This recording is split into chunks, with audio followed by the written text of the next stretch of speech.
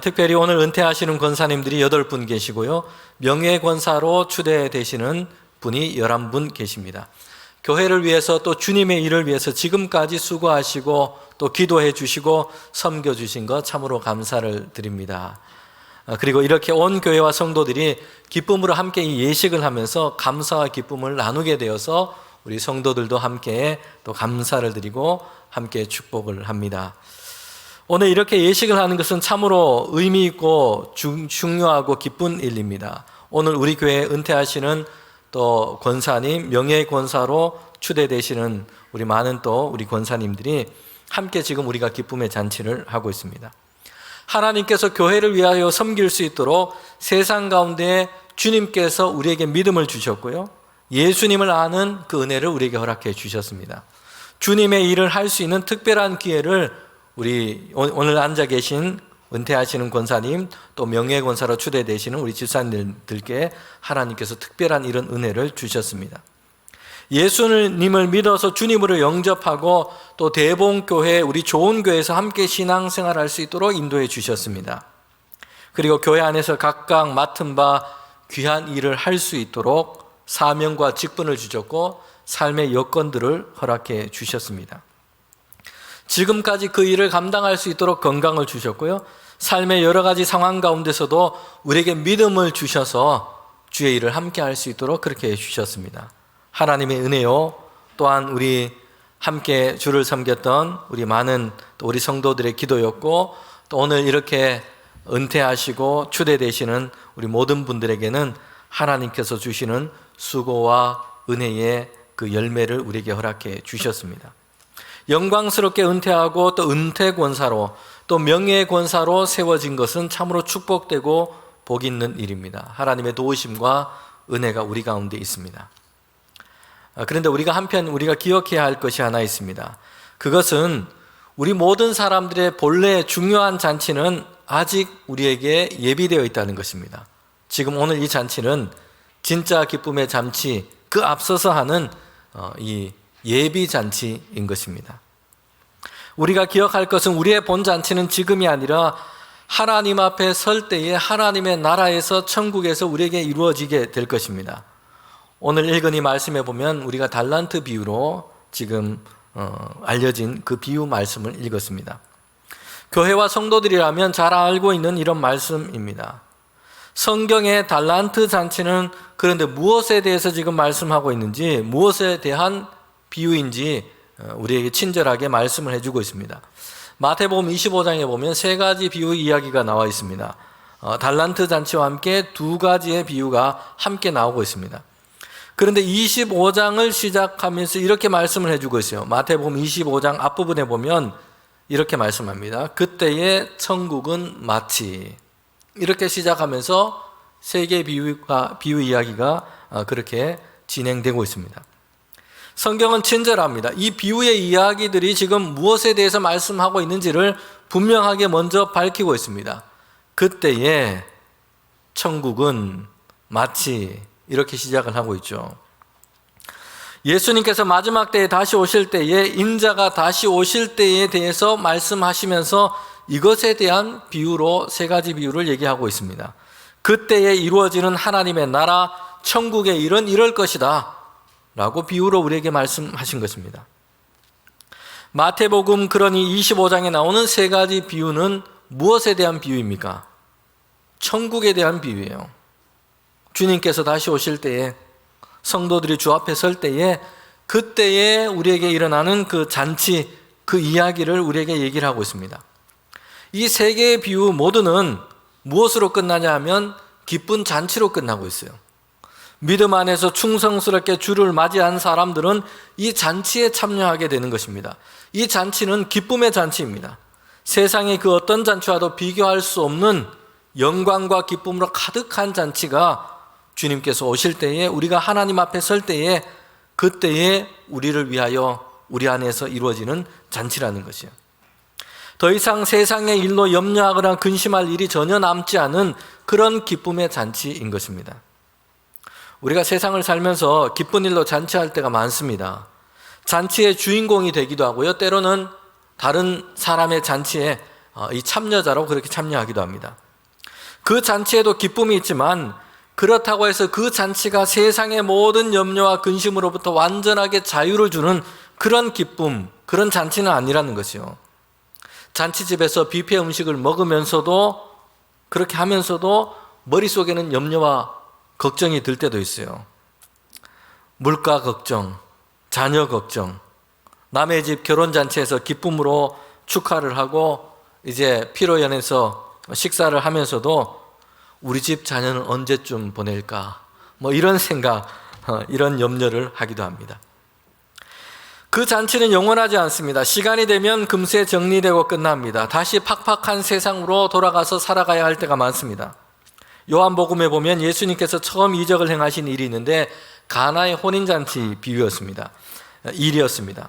예수님께서 제자들과 함께 그 잔치에 가셨어요. 그 잔치에 어떤 일이 일어나냐면 포도주가 떨어지게 됩니다. 오늘날에도 이 결혼잔치는 한 가정과 한 사람의 인생에서 아주 중요한 잔치입니다. 그런데 예수님 당시 이스라엘의 문화 속에서는 오늘보다도 더 그러했습니다. 혼인잔치는 대단히 큰 잔치였는데 온 동네가 함께하는 잔치였습니다. 한 주 동안 또는 길게는 2주 동안 이 잔치가 진행이 됩니다. 그래서 이 잔치를 진행하는 주관하는 사람을 세우는데 동네에서 명망 있고 리더십 있는 사람을 세워서 이 잔치, 이 연회를 주관하는 일을 맡기게 됩니다. 그런데 이렇게 준비한 잔치였는데 가나의 혼인잔치에서 어떤 일이 일어났냐면 포도주가 떨어지고 말았어요. 포도주는 잔치에서 빠질 수 없는 것입니다. 이 포도주가 지금 바닥을 드러낸 것입니다.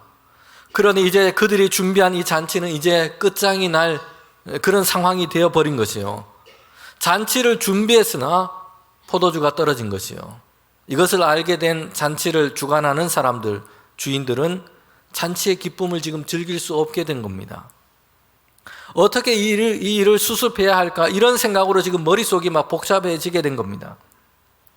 성도 여러분, 우리가 세상에서 준비한 잔치란 이와 같습니다. 잔치를 준비하면서 신경 써야 할 일이 많고요. 잔치를 하다가도 돌발적인 어떤 변수, 이런 상황 때문에 당혹스러울 때도 많이 있습니다. 손님이 너무 많이 와서 음식이 부족할까 봐도 걱정이고, 또한 반대로 마찬가지입니다. 잔치를 잘 준비했는데 손님이 너무 적게 와서 썰렁할까 봐도 또 걱정이 됩니다. 그래서 잔치를 하고 나면 너무 힘이 들어서 며칠 동안 몸살을 하며 쉬어야 할 때도 있습니다. 마태복음이 말씀하고 있는 이 잔치는 이런 잔치를 말하고 있지 않습니다. 예수님 안에서 믿음으로 살아간 사람들은 우리에게 예비된 완전하고 영원한 기쁨의 잔치가 있다는 것을 얘기를 해주고 있습니다.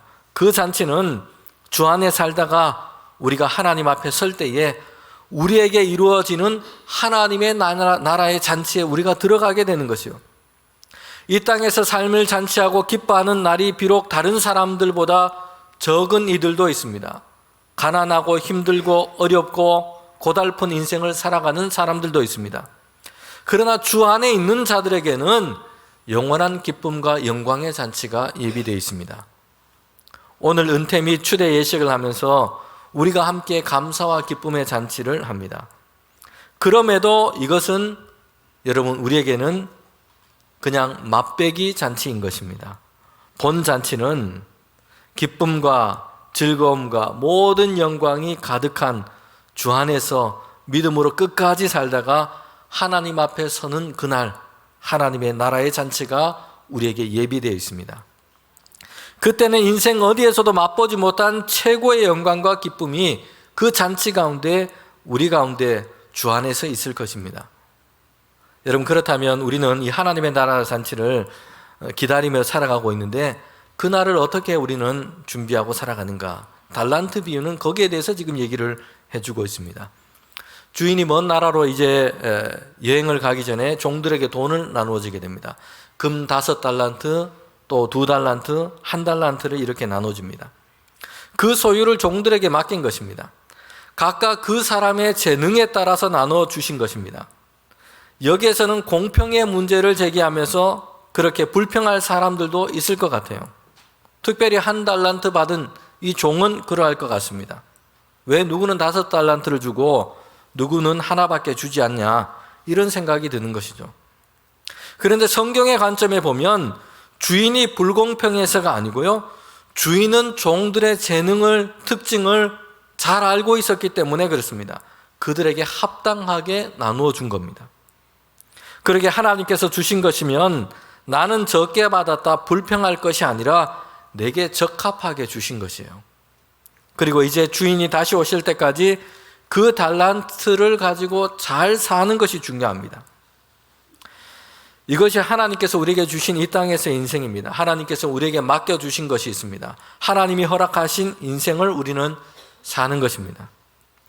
달란트란 성경에서 화폐를 계산하는 단위입니다. 그런데 성경에서 가장 큰 화폐를 계산하는 그런 단위입니다. 주인이 나눠지고 맡겨진 소유가 크고 많다는 것입니다. 그런데 우리에게 주어진 달란트는 하나님께로부터 받은 것이에요. 우리에게 허락하신 모든 것이라 생각해도 무방합니다. 재산이나 건강이나 삶의 시간이나 소유, 아무튼 가치 있게 쓸 수 있는 것, 하나님께서 우리에게 주신 것입니다. 그런데 이 비유에서 그 소유를 누구의 것이라고 말씀하고 있습니까?